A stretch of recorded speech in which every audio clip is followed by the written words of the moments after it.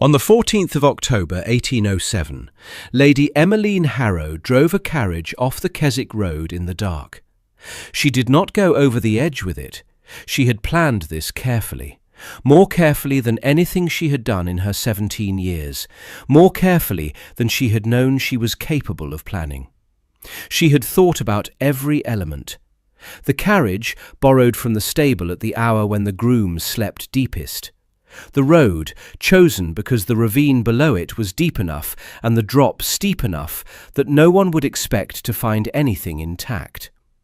The letter, left in her room, short, anguished, the kind of letter that explained nothing because there was nothing left to explain, because a girl who drove her carriage off a cliff in the night had already said everything. She had thought about the horse. This was the thing that had kept her awake the most. She was not willing to take the horse over with the carriage, and so she had detached it at the edge of the road and left it tethered to a tree 50 yards back, close enough to be found in the morning, far enough that the finding would come after the other finding. She had thought about her father. This was the thing she had not been able to think about for very long, because thinking about it fully was not compatible with doing what needed to be done. She had allowed herself 1 minute, 60 seconds, standing at the edge of the road in the October dark, with the carriage behind her and the ravine below, to think about his face. She had thought, he will grieve. She had thought, he will grieve, and it will be real, and it will cost him something that cannot be repaid. She had thought, and it is still the only option I have. Because the alternative, the marriage her father had arranged with Lord Fenwick, which was to take place in 3 weeks, which her father believed was a good arrangement, and which she knew, with the certainty of someone who had seen things that could not be unseen, was a death of a different kind. The alternative was worse. She had thought about this for 1 minute. Then she had pushed the carriage. She had walked away in the dark. She had not looked back. She had told herself, do not look back. She had not always managed it in the 7 years that followed, but she had managed it enough. Henry Harrow, the Duke of Keswick, had been a man of considerable warmth before October of 1807. People who had known him in the years before, at his wife's side, at his daughter's christening, at the long summer parties at Keswick Park, where the house was full and the grounds were full, and the sound of his daughter's laughter could be heard from the rose garden all the way to the lake, described him with the consistent vocabulary of warmth. Generous, open, the kind of man who remembered names and meant it when he asked after people's families. The Duke who existed after October of 1807 was the same man. He looked the same, moved the same, carried out the obligations of his position with the same competence. He was not, people noted carefully, destroyed by it. He had not become a recluse, or a drunk, or one of the other things that grief sometimes made of men. He had simply become quieter. The warmth was still there, but it was lower, like a fire turned down. The laugh that had been easy now arrived less easily. The summers at Keswick Park were still held.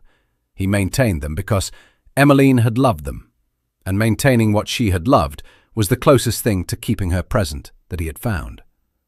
But they were different, smaller. The laughter was not the same. He had carried the guilt of the marriage arrangement like a stone in his chest for 7 years. He had arranged the match with Lord Fenwick in good faith. Fenwick had been presented to him as everything a father could want, and he had believed it. And he had not asked the questions he should have asked, because the questions did not occur to him, and because he had trusted the people who vouched for the match, and because he had been, in this particular matter, wrong.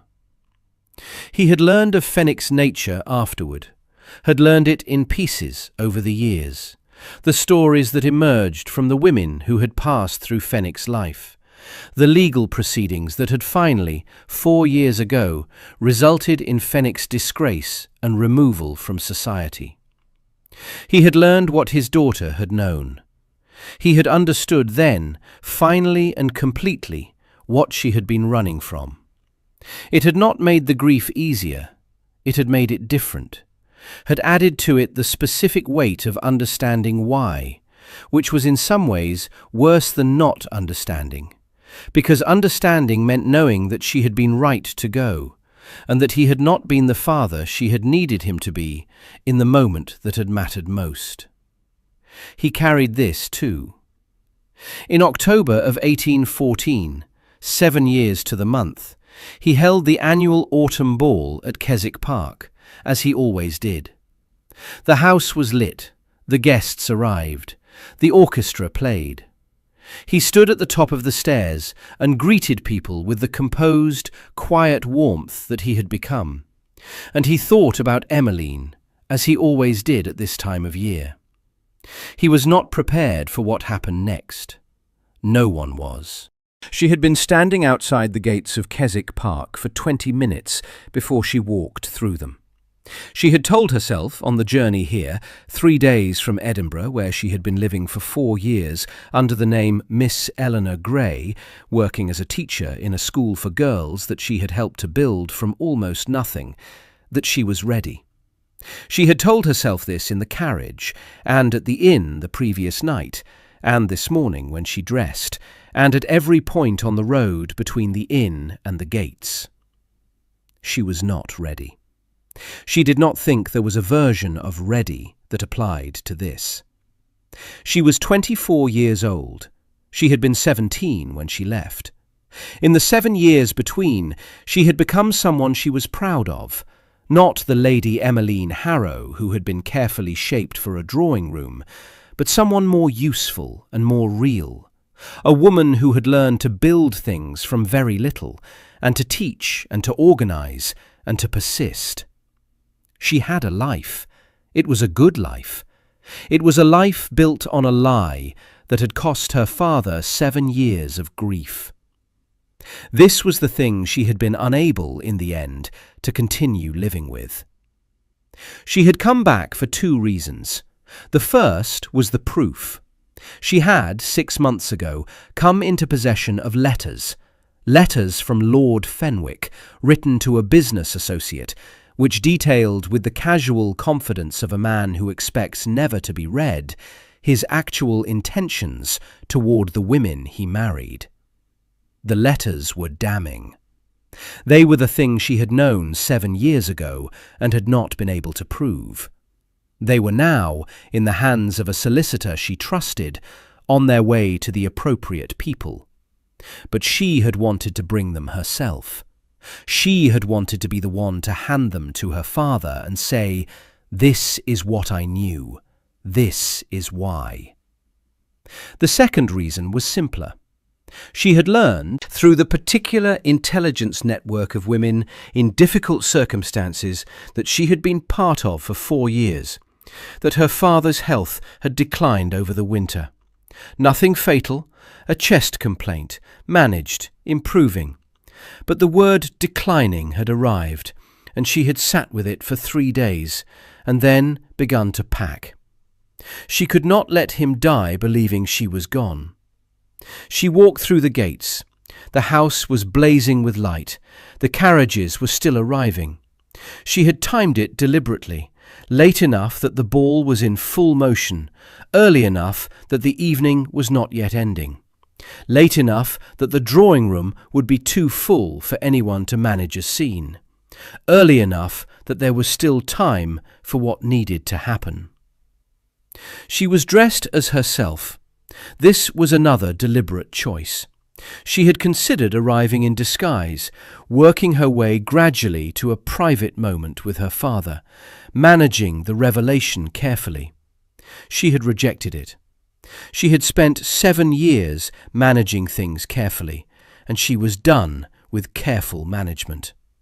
She was going to walk into her father's house in her own face, and she was going to trust that the truth, delivered directly, was the only way. She gave her name to the footman at the door. She gave the name she had been born with. The footman, young, she did not recognize him, he would not have been here 7 years ago, checked the list and did not find it, because she was not invited, because she was dead. She said, very quietly, "Please tell the Duke that Lady Emmeline Harrow is in the entrance hall." The footman looked at her. She held his gaze with the calm of a woman who has made a decision and is committed to it. He went. She waited. The music from the ballroom floated through the house. It was a waltz. She had loved waltzes.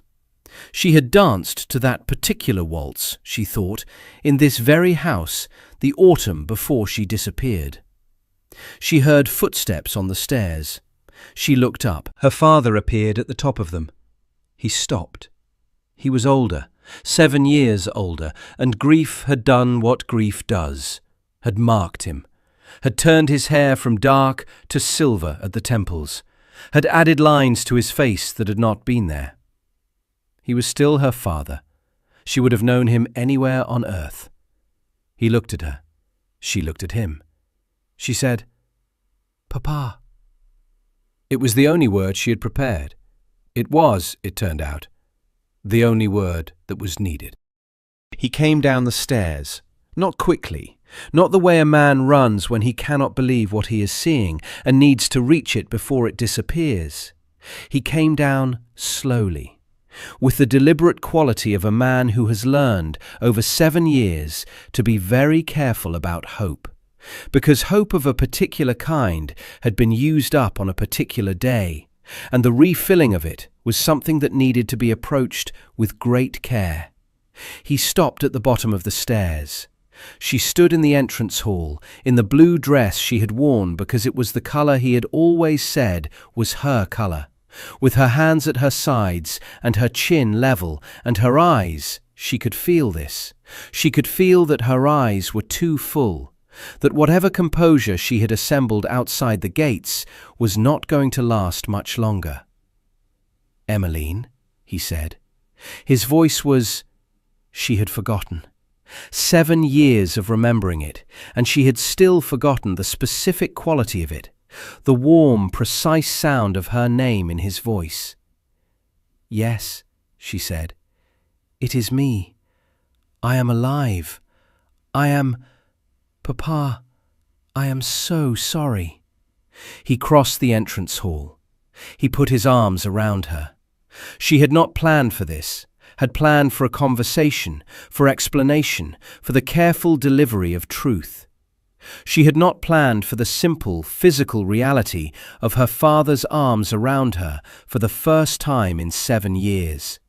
And she was not prepared for what it did to the composure she had been maintaining since Edinburgh.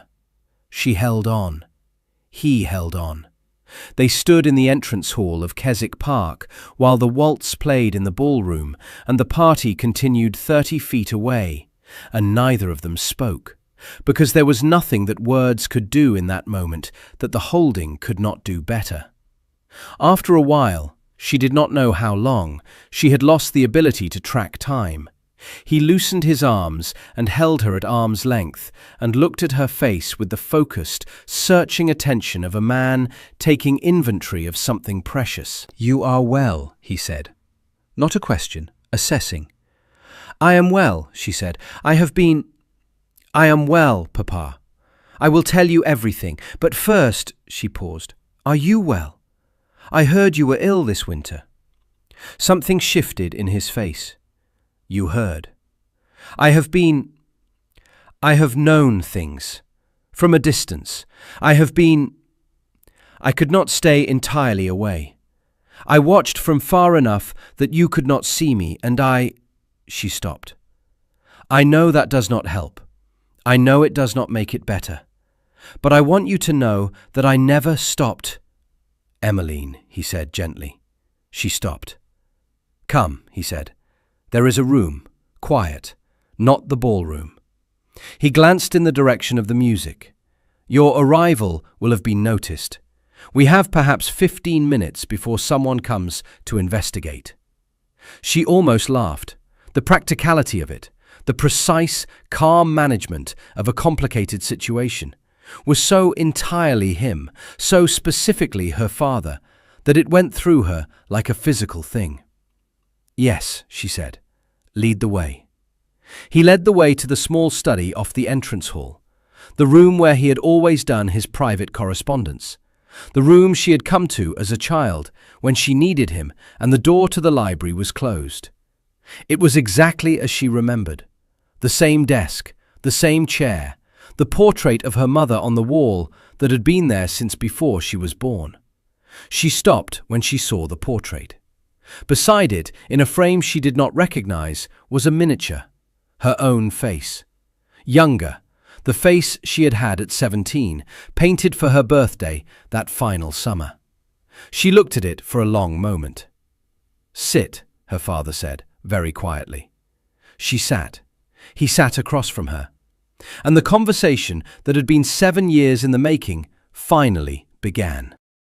She told him everything. She had rehearsed it many times, in Edinburgh, in the carriage, at the inn, at the gates, and the rehearsed version had been orderly and clear, evidence presented in sequence, the case made methodically. What she actually said was less orderly than that, because sitting across from her father, in the room that still smelled of the same books and the same fire, and telling him the truth of 7 years, was not a thing that submitted to orderliness. She told him about Lord Fenwick, what she had seen in the weeks between the engagement announcement and her disappearance, the way he looked at the women in his household, not with desire, but with something colder, the way a collector looks at things he owns. The conversation she had overheard between Fenwick and his man of business that had told her what the marriage would actually be. The bruise on the wrist of his housekeeper explained a way that she had seen and understood and could not have proved.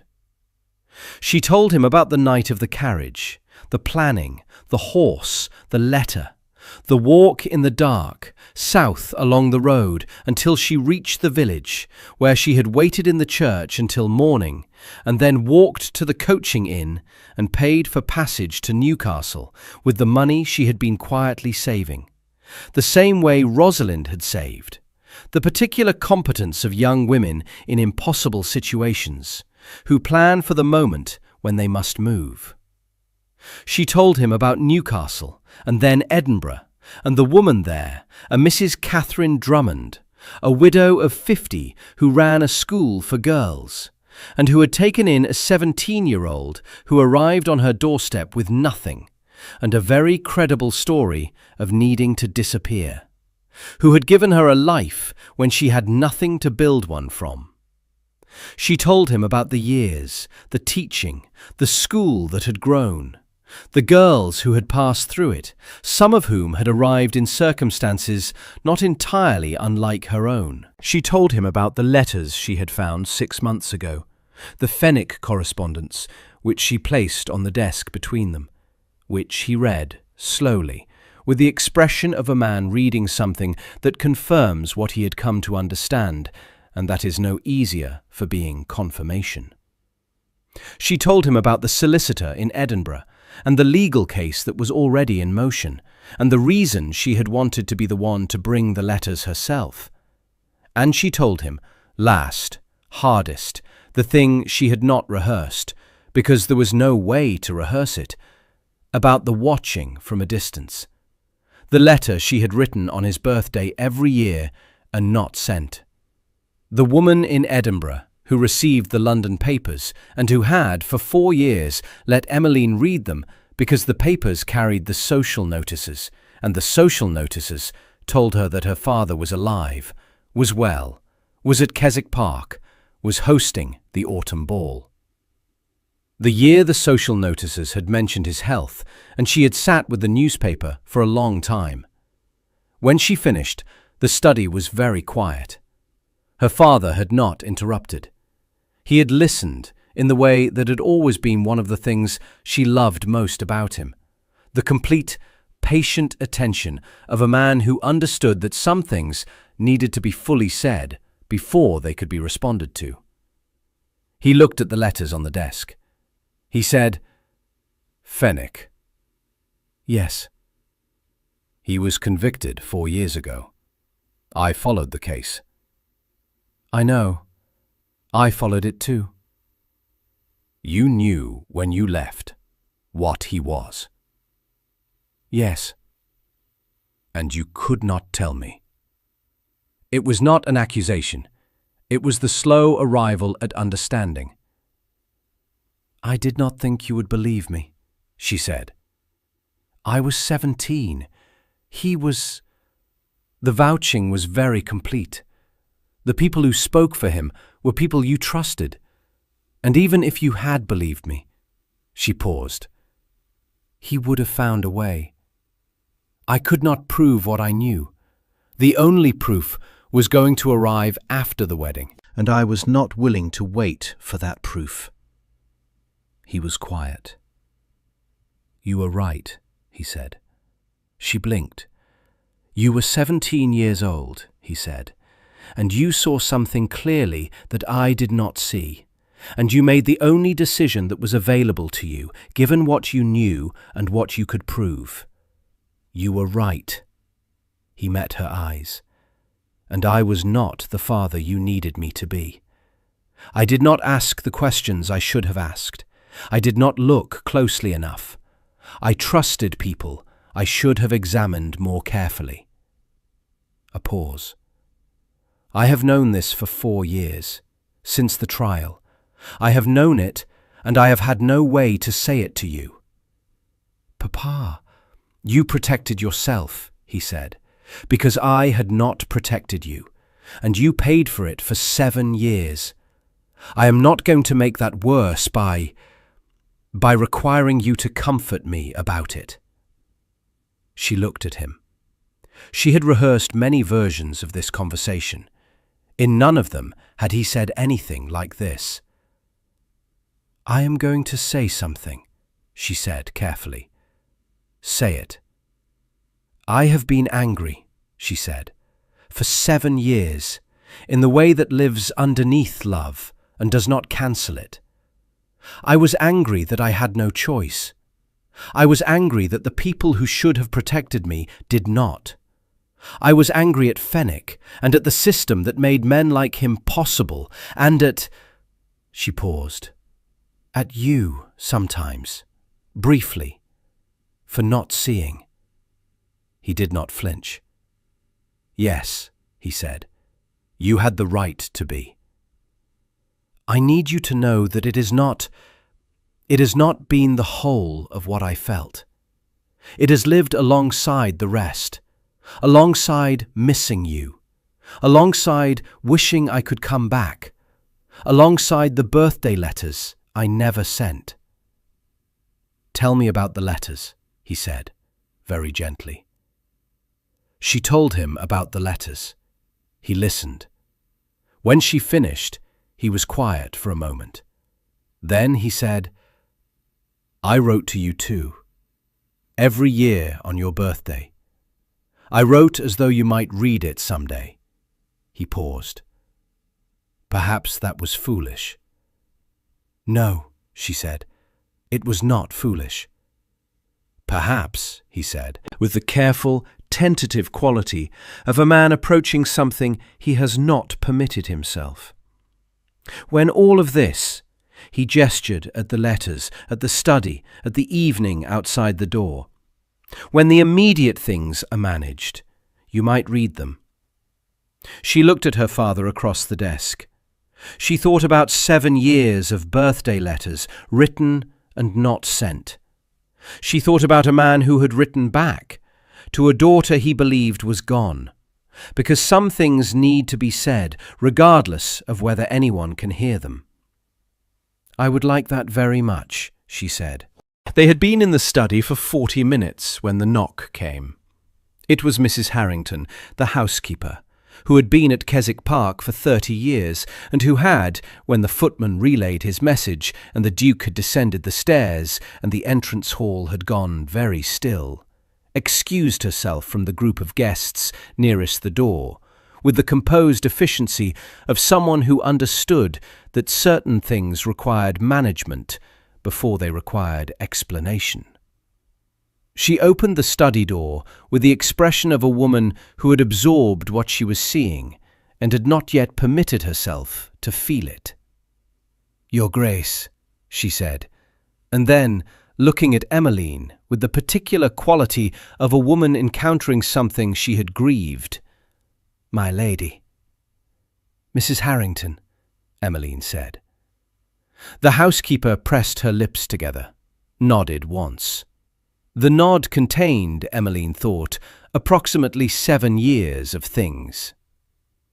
"The guests," Mrs. Harrington said, addressing the Duke with the focused practicality of long service, "are aware that something has occurred. The footman was seen. There is considerable interest." Her father looked at Emmeline. She looked at him. "I can go," she said. "I can leave tonight and return tomorrow, privately. There does not need to be a scene." He looked at her for a long moment. "No," he said. He stood. He offered her his arm with the precise, formal gesture of a man who had walked her into rooms since she was small enough to hold his hand, who had first offered his arm when she was 12 and had declared herself too old to hold hands, who had walked her to the top of the stairs on the night of her first ball when she was 16 and told her she was the finest thing he had ever seen. "No," he said again. "You have been gone for 7 years. I am not sending you out a side door." She looked at his arm. She thought about the ballroom, about the faces that would turn, about the story that would follow, the story that was already forming, that would be told in drawing rooms across England before the week was out. She thought, "I have been hiding for 7 years. She thought, "I am done with hiding." She took his arm. They walked to the ballroom. Mrs. Harrington opened the doors. The orchestra, which had been between pieces, had not yet begun the next. The room was at the particular pitch of a ball in full swing. Conversational, warm, the assembled company in small groups, the older guests seated, the younger ones near the floor. The door's opening was noticed. The Duke's appearance was noted. And then the pause. The collective, held breath of a room full of people encountering something their minds were working to process. The Duke of Keswick. And beside him, on his arm, a young woman in a blue dress, with dark hair, and the face that half the people in the room had seen in miniature, or in portrait, or in the memory of 7 years ago, when she had stood in this very room and danced the waltz they had been playing when she arrived. The silence spread from the door outward, the way silence always does when something truly startling has entered a room. Her father walked her to the center of the floor.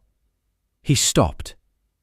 He looked at the assembled company with the composed, precise expression of a duke who has something to say and intends to say it clearly. "My daughter," he said, "is alive." 3 words, into a room that had believed for 7 years the opposite. She has returned. She is home.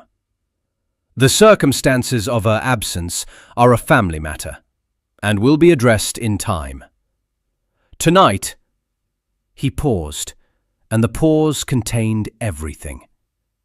Tonight she has come home, and I ask you to welcome her accordingly.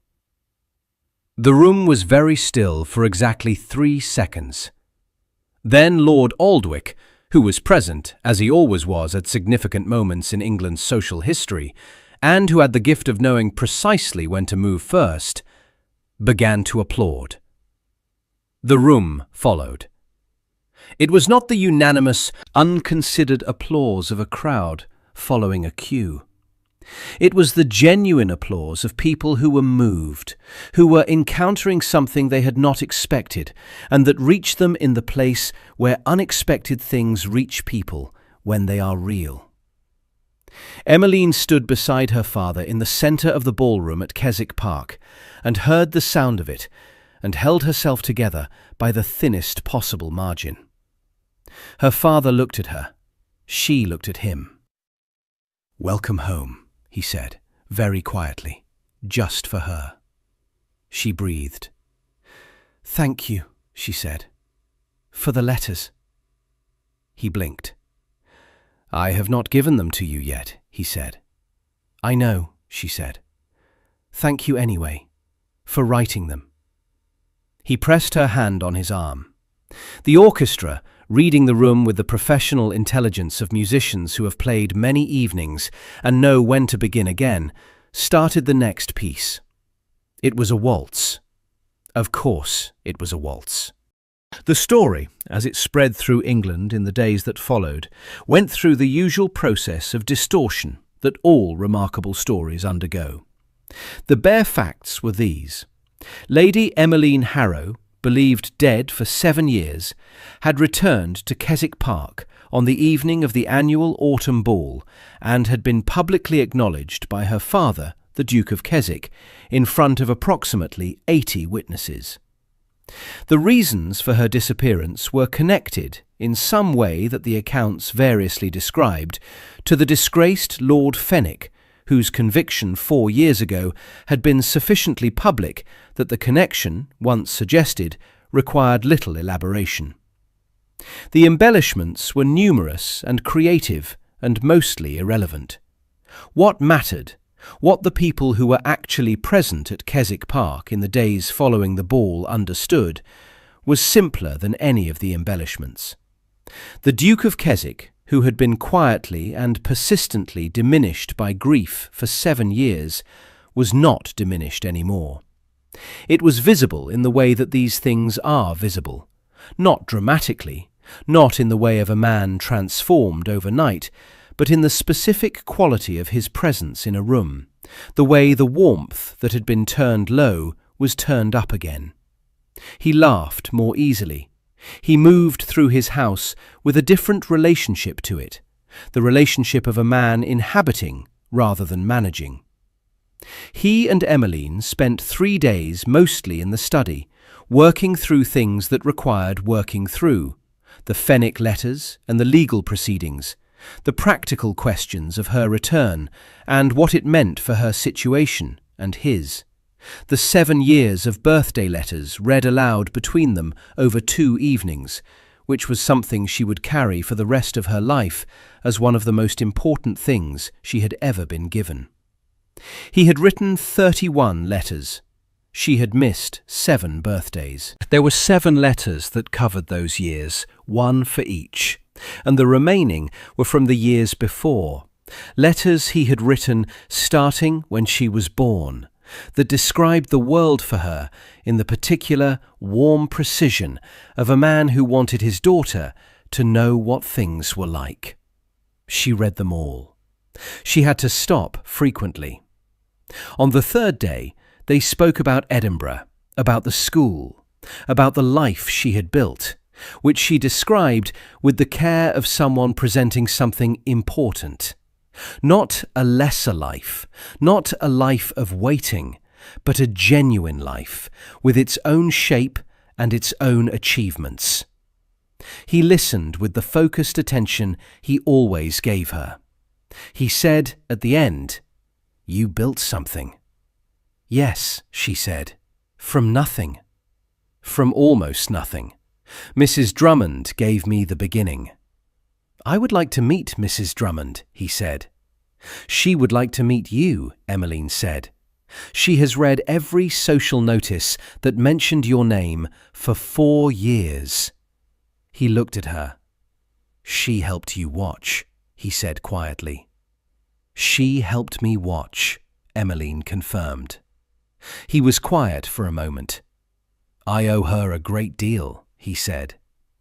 "She would say she was simply doing what was right," Emmeline said. "She generally is simply doing what is right. It is one of her most exhausting qualities." Her father smiled. It was, she had forgotten. 7 years of remembering it, and she had still not remembered precisely the quality of it, the way his whole face changed. "You sound fond of her," he said. "I am enormously fond of her," she said. "She is the closest thing to a—" She stopped. He waited. "The closest thing to a family I had," she said carefully, "while I was away from mine." He reached across the desk and took her hand. He held it the way he had held it when she was small, the specific, warm grip of a father holding his daughter's hand, a grip she had not felt in 7 years, and that was, she found, exactly as she remembered it.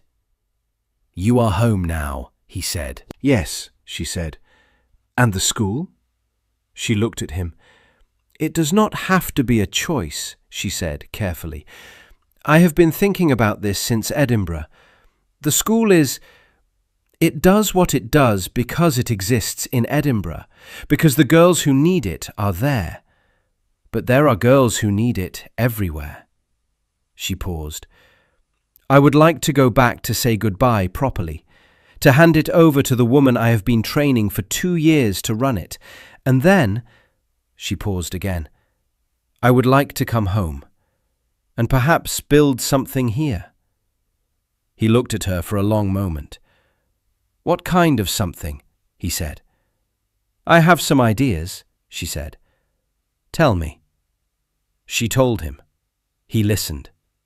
When she finished, he said, with the warm, precise quality she had written to on every birthday for 7 years without sending, "I will help you build it." She looked at her father. She thought, "I broke his heart to save my life." She thought, "And we are here, both of us, still here." She thought, "That is the thing about broken things. They can be mended. They are never the same as before, but mended is not less than whole. Mended is its own kind of strong." The school opened in May. It was not called a school. It was called the Keswick House for Young Women, which was accurate in the way that practical names are accurate, without being the full description. The full description was a place where young women in difficult circumstances could come and learn and be safe and find the resources to build a life that was their own. Emmeline had spent the winter building it, with her father's support, which was financial and practical, and also present in the specific sense that he came to the building on Tuesday mornings and talked to the women who were beginning to arrive, and remembered their names, and asked after them the following Tuesday, which was the particular warm attention that she had grown up inside, and that she had not known, until she was without it, how much it had shaped her.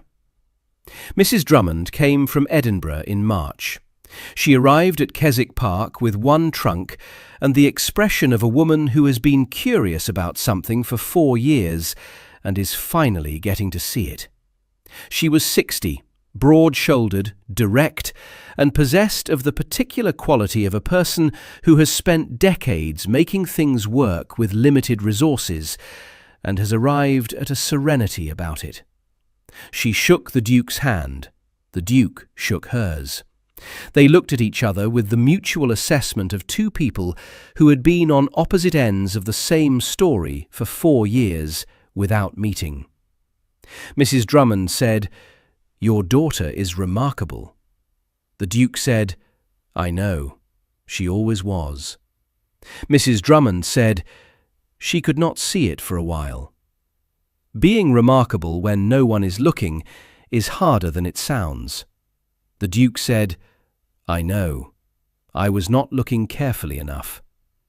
Mrs. Drummond said, "You are looking now." He said, "Yes, I am." She nodded. The nod contained, Emmeline thought from the doorway where she was watching, the same quality as Mrs. Harrington's nod in the study on the night she came home. 7 years of things compressed. She invited Mrs. Drummond to stay for as long as she liked. Mrs. Drummond stayed. She was, Emmeline would later say, the most useful person she had ever met in her life, which was saying something considerable given the competition. The Keswick House for Young Women received 12 residents in its first 6 months. Not all of them stayed. Some came for a season and moved on to the life they were building, which was exactly the intention. Some stayed longer. One, a girl of 18 named Mary, who had arrived with nothing and a very credible story of needing to disappear, showed an aptitude for teaching that Emmeline recognised immediately, and with the specific emotion of someone seeing a version of themselves at the beginning. She told Mary this.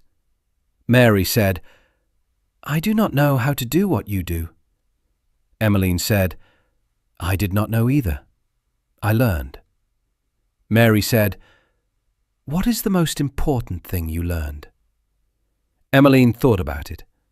She thought about a coaching inn in the dark, and Edinburgh in winter, and birthday letters written and not sent, and a ballroom, and a waltz, and her father's face at the top of the stairs. She said, "That coming back is possible. That is the most important thing.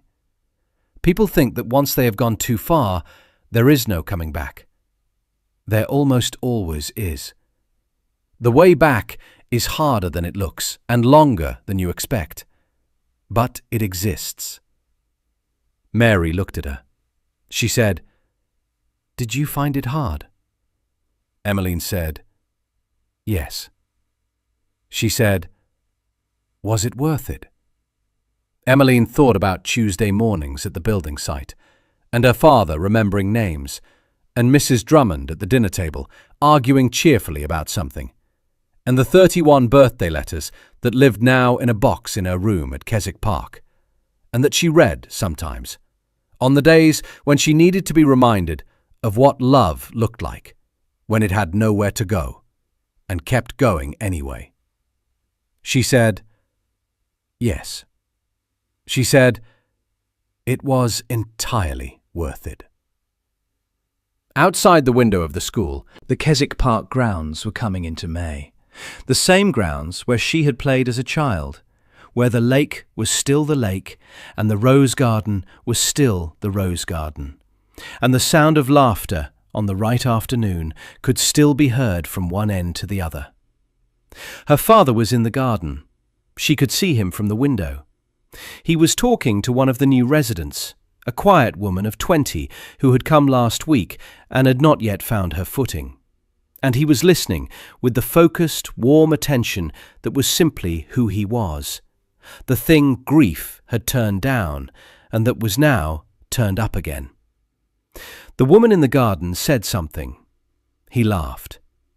Emmeline stood at the window and watched her father laugh. She thought, 7 years. She thought, we are both still here.